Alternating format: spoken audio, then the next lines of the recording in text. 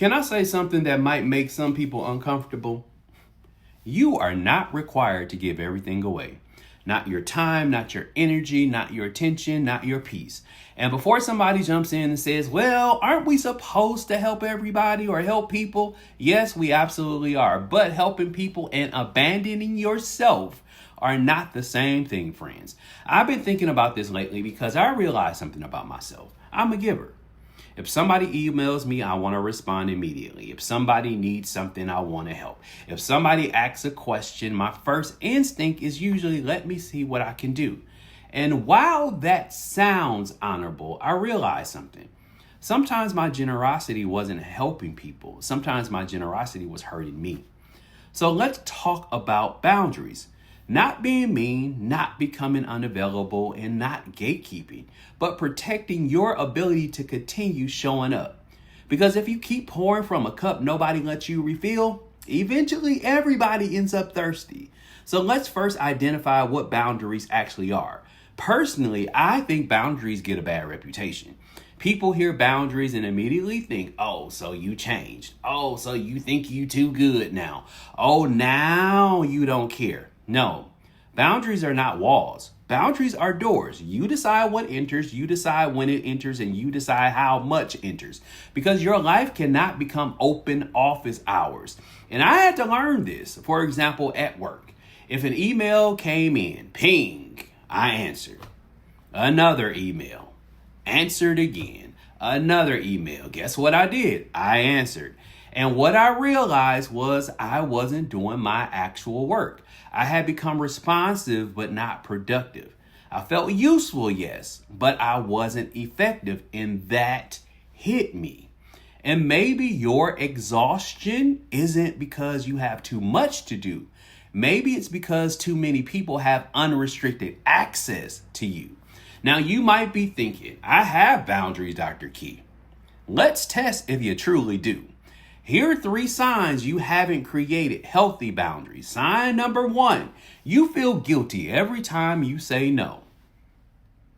That guilt doesn't always mean you're doing something wrong, though. Sometimes guilt is simply your body reacting to doing something different. If your entire identity became being available, of course boundaries feel uncomfortable. Sign number 2, you constantly interrupt your priorities for everybody else's emergency. Yep. Hear me again. You constantly interrupt your priorities for everybody else's emergencies. Not everything urgent to somebody else is urgent for you. You had goals before that text came in, right? You had focus before that meeting appeared. You had dreams before that request arrived. Sign number 3, you're helping everybody, but quietly becoming resentful. This one is dangerous because resentment often grows when boundaries never existed. You say yes, you keep saying yes, then eventually they don't appreciate me. But did they ask for unlimited access? Or did we accidentally teach people that we never close? Yeah, that one hurt me too. Now let's talk solutions, because I want you to grab a pen, because here are 3 ways to protect your boundaries without becoming hard. Action number 1, create response windows.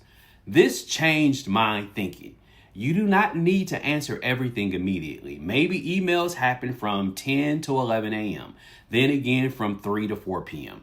That doesn't mean people don't matter. It means your priorities matter too.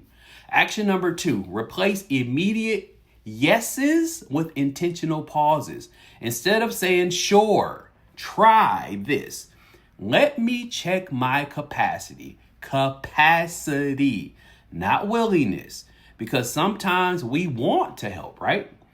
But we don't actually have the room to help. Action number 3, create a personal question. What am I giving up if I say yes to this? Are you giving up your time? Are you giving up rest? Are you giving up your family? Are you giving up progress on a project, your peace? Everything has a cost. Make sure you know the price in it. Because boundaries are not keeping people out. They're making sure you still exist inside your own life. So let's spend some time and wrap this up. Here's my reflection for today. You do not exist to be consumed. You exist to contribute, and there's a difference. You are supposed to leave this earth empty one day. But that does not mean giving everything away all at once.